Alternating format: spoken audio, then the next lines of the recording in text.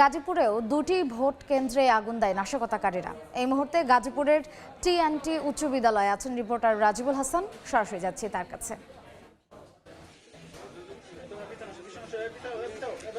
দুর্বৃত্তরা মূলত মনে করেছিল যে এটি আগামীকালের 7 তারিখে যে ভোট, সেই ভোটের একটি ভোট কেন্দ্র, কিন্তু এটি মূলত আসলে ভোট কেন্দ্র নয়। তবে সচরাচর অন্য যে সিটি কর্পোরেশন নির্বাচন কিংবা অন্য নির্বাচন এটি এর আগে কেন্দ্র ছিল, যে কারণে কিন্তু এটিকে ভোট কেন্দ্র মনে করে এখানে আগুন দিতে পারে এমনটা ধারণা করা হচ্ছে। একটু দেখানোর চেষ্টা করছি ভেতরে যে এই যে টি&টি আদর্শ উচ্চ বিদ্যালয়টি, এই উচ্চ বিদ্যালয়ের ভেতর এর যে কক্ষগুলো রয়েছে, শ্রেণী কক্ষ এবং অফিস কক্ষ, সবগুলি কিন্তু পড়ে গিয়েছে। আপনারা দেখতে পাচ্ছেন এটি শিক্ষক মন্ডলী কক্ষ এবং এখানে কিন্তু সবকিছুই আসলে ছাই হয়ে গিয়েছে। এখন ভেতরে যেসব মালামাল সবকিছুই পুড়ে গিয়েছে। একই রকম ভাবে এই স্কুলের 7 থেকে 8টি রুম, 9টি রুম কিন্তু আসলে পুড়ে অঙ্গার হয়ে গিয়েছে। ভেতরে কোনো মালামাল আসলে এখন আর অক্ষত নেই, সবকিছুই কিন্তু পুড়ে গিয়েছে।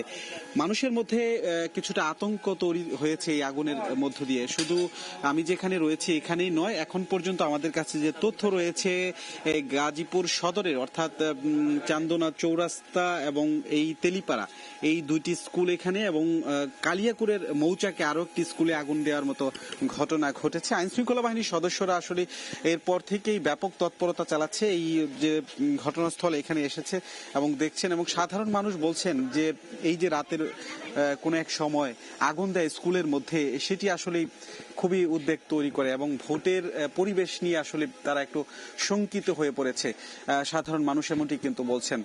কিছুক্ষণ আগে একজন এখানে বলছিলেন যে যখন আগুন প্রথম পর্যায়ে লাগে, অর্থাৎ এই যে আমি স্কুলটিতে রয়েছি, এই স্কুলের এক পর্যায়ে উপরের দিকে আগুন লাগে এবং এক এক করে কিন্তু 9টি রুম পড়ে যায়। ফায়ার সার্ভিস বলাই চলে যে ফায়ার সার্ভিস আসলে আসতে কিছুটা সময় লেগেছে। এই কারণে পুরো স্কুলের যে রুমগুলো প্রায় সবগুলোই আসলে পড়ে গিয়েছে, এটাই কিন্তু সাধারণ মানুষ বলছেন। বলাই চলে যে এই যে একটি উত্তপ্তকর পরিস্থিতি সৃষ্টির চেষ্টা, এটি আসলে কিন্তু আগামীকাল সকালে যে ভোট, সেটি নিয়ে কিন্তু মানুষের মধ্যে একটা আতঙ্ক সৃষ্টি করারই পায়তারা বলে সাধারণ মানুষ মনে করছে। তো গাজীপুরের এই ছিল আমার কাছে থাকা সবশেষ তথ্য। নাশকতার খবর জানতে সরাসরি ছিলাম গাজীপুরে।